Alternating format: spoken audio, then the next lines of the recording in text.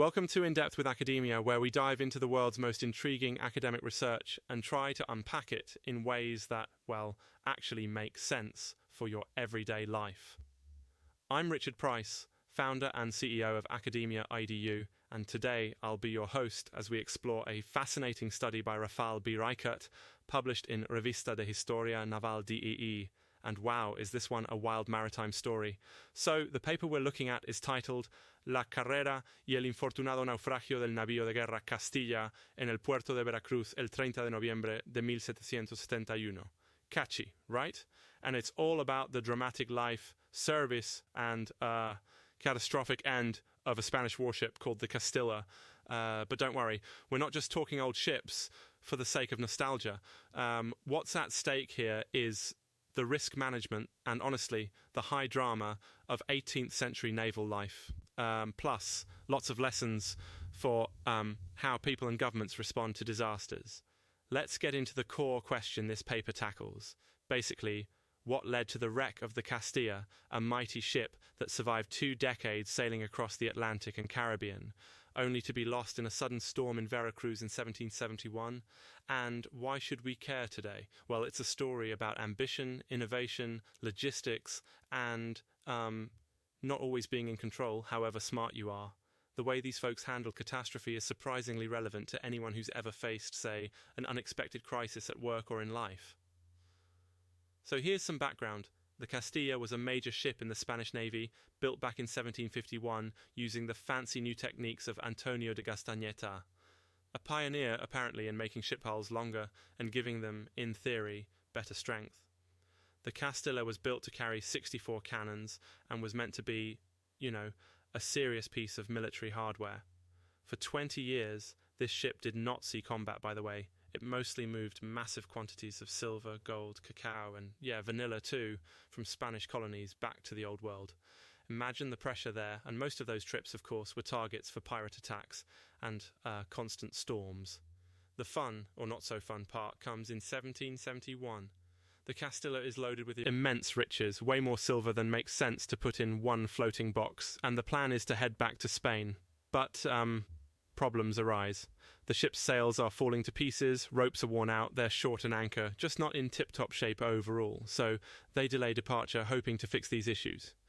Then, just as repairs are underway, a massive norte, that's a powerful northern storm, hits Veracruz.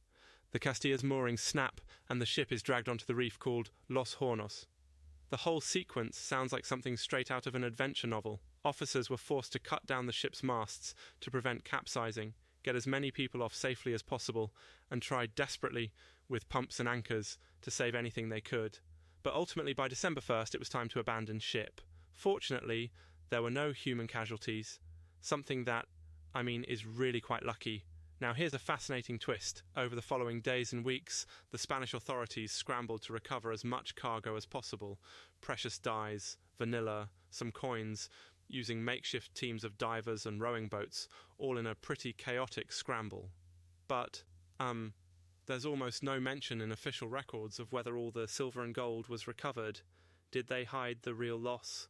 Was it an issue of fraud or just bureaucratic fog? We don't really know. And again, this is the kind of historical mystery that gets researchers like Reichert really excited. One of the main arguments in the paper is that detailed official accounts, like those from the officer Juan Felix de Tejada, give us almost an action-by-action replay of an 18th century maritime disaster response. You get insight into how people prioritize lives over cargo, improvising with whatever they had, and how hard it was to save goods in a messy, unpredictable situation. It's also an archaeological goldmine, since some remains attributed to the wreck were found in 2010, yet modern divers stumbled on them while, basically, building a marina. A quick digression. This all kind of reminds me of when you have, say, a big moving day, you want everything to fit in your car, and then, suddenly, the heavens open up and your only umbrella breaks, except, okay, less treasure at stake. It's such a human story, though. Preparation, stress, last-minute changes, and still, sometimes you can't control nature. So, what does all this mean for you? Well, it's a vivid example that even the most prepared experts sometimes face wild, unpredictable loss. The process of recovery, improvisation, and ultimate salvage, or let's be real, damage control, is part of every big undertaking, then and now. Just to be super clear, I'm presenting the paper here in a totally neutral way. These aren't my conclusions, but the authors'. Reichert's research highlights how layered and complex our responses to crisis can be, whether in 1771 or today. That's all for now on In Depth with Academia. Remember, academic research isn't gospel. It's a window into how people observe, analyse, and learn from the world. Maybe, just maybe, next time you're facing a sudden storm, in work or somewhere else, you'll think of the Castilla, and remind yourself that history's best lessons are sometimes messy, always human, and very much worth revisiting. Thanks so much for joining me, and see you next time.